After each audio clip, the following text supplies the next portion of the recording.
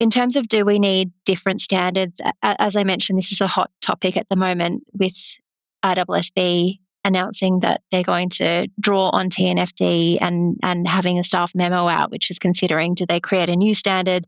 Do they update an existing standard? Do they create additional guidance on the existing standards? I think the more streamlined these frameworks can be, the better. Hello and welcome back to The Greener Way. I'm Jamie Williamson with FS Sustainability. Avid listeners might recall earlier in the year I had a discussion with First Sentier Group's Kate Turner on the back of the group's first climate and nature report being published. Now, that report was done in recognition of just how interconnected climate and nature are in First Sentier's investment approach. And it was aligned to the reporting standards of the Taskforce on Nature-Related Financial Disclosures, or TNFD. Today, Kate is joining me on the pod again to talk us through that process, why First Sentier has decided to tread that path, and the lessons learned along the way.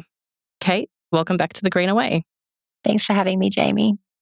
So Kate, I'm thinking perhaps a good place to start would be, what are the benefits of TNFD reporting for investors? It's quite an involved process, so could they not make better use of their time elsewhere?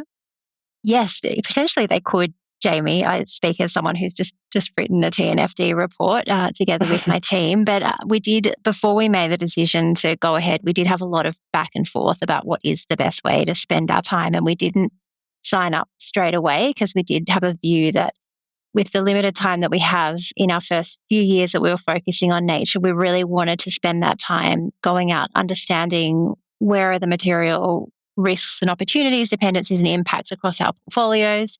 What are our investee companies doing about it, talking to them, understanding what's material and really spending that time working with the investment teams on this topic. So I think at that point in time, reporting and TNFD was the last thing on our minds. Not that, TNFD didn't even exist when we first started.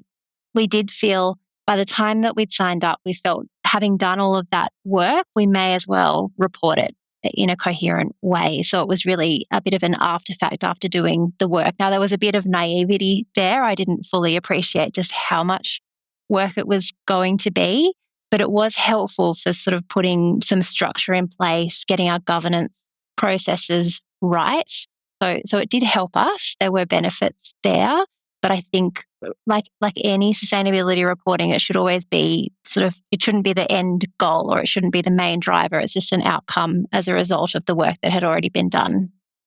So would you say that the TNFD reporting helped you lift your standards, or is it the other way around, do you think? I think, as I mentioned, TNFD certainly didn't exist when we started our work.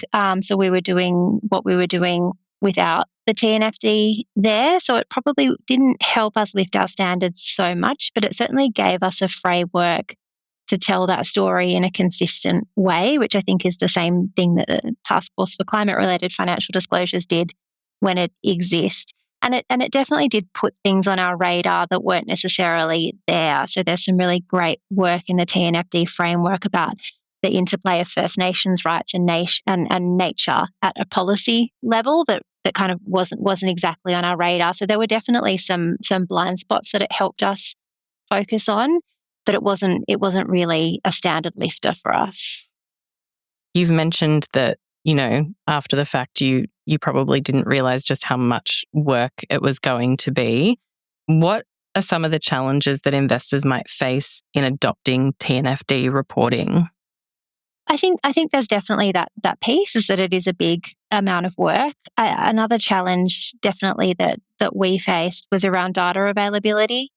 So there are a number of metrics which are recommended to be disclosed, and there were metrics that we could get our hands on reasonably easily. There were some metrics that had very poor coverage or were based on estimation models that we weren't particularly confident in. So I think that was a challenge for us and would be for other investors as well, that data availability piece. And what's the data that you need to be able to tell the story?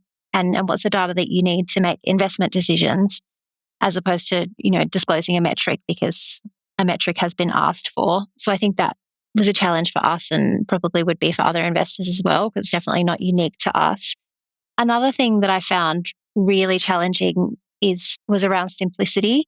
We struggle with this with all of our sustainability reporting, but I think nature is such a complex topic that it was really difficult to be able to get the story across in a simple and understandable way. There are all these concepts and acronyms and things like potentially disappeared fraction and mean species abundance and these things that aren't kind of in the common language, don't necessarily make a lot of sense. So we worked really hard to get our report somewhat simple. I feel like we've got a lot further to go in terms of that readability and simplicity. Yeah, I feel like a lot of the stuff with reporting, TNFD reporting, any climate reporting, there's definitely an expectation around people's level of knowledge, like their existing level of knowledge. And so I appreciate what you're saying in terms of being able to simplify things. And your point on data as well, that seems to be a very a recurring theme, the availability of data and the transparency of data and how reliable that data is as well. That seems to be popping up time and time again when we're talking about reporting like this. Yeah, I think to your point on simplicity, I think that's absolutely it, that level of assumed knowledge. The question is, who are these reports for? Are they for our clients? Are they for our clients' clients? Are they for a regulator? Are they for our peers in the market?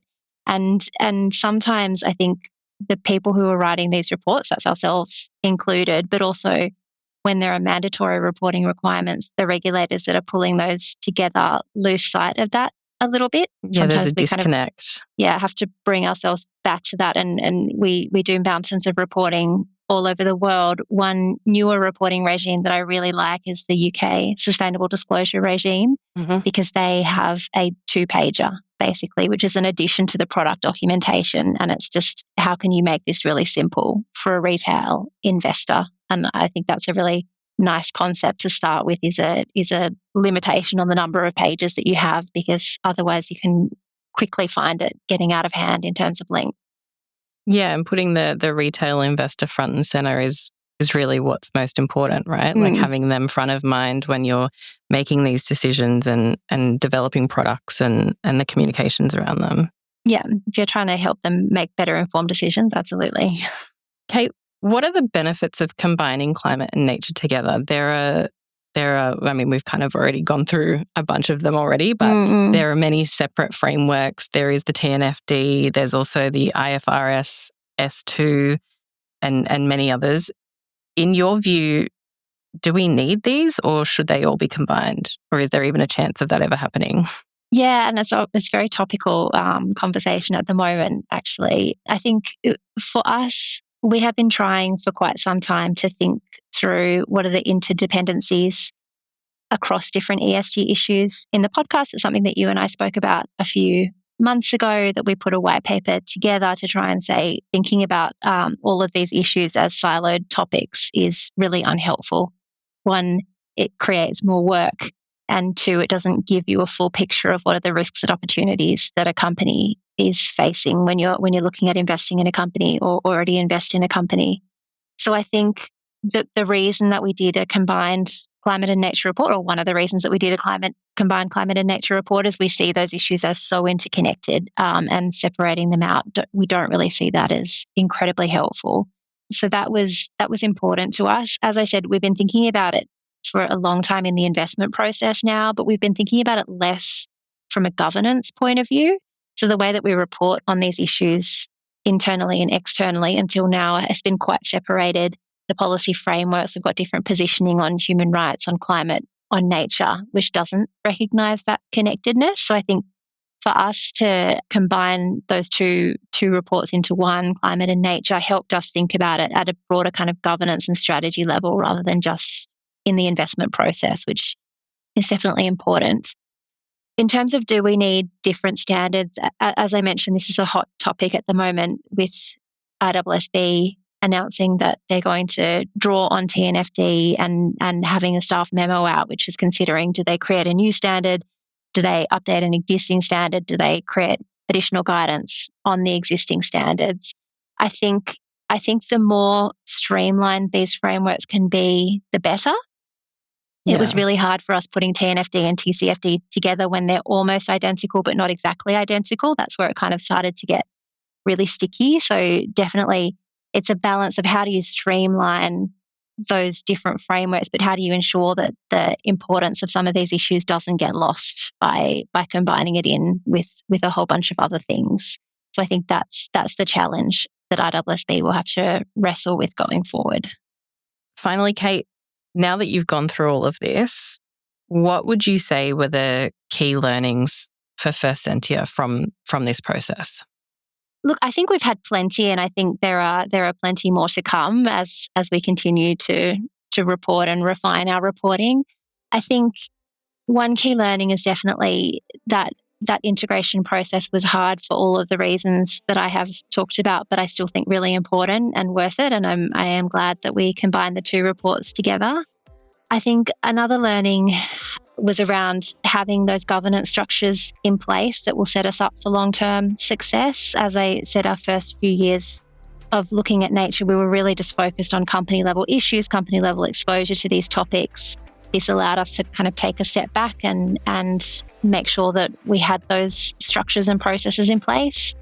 And then I think another learning is, as we were just talking, just that need for more streamlining in terms of the frameworks that we have globally. It is quite problematic having to report under so many different frameworks across different jurisdictions on different topics. So I think the more that we can streamline that, one, it makes it easier for us and we can spend more time engaging with companies and addressing these issues in all of the ways that we have the ability to, but also it makes it better for the end investor who doesn't have sort of this myriad of different reports in highly technical language to get through.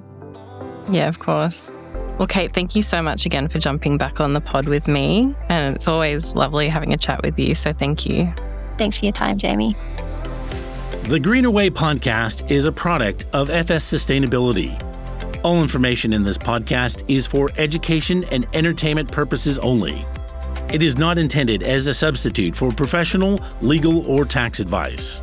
Before making any financial decisions, you should read the product disclosure statement, and if necessary, consult a licensed financial professional.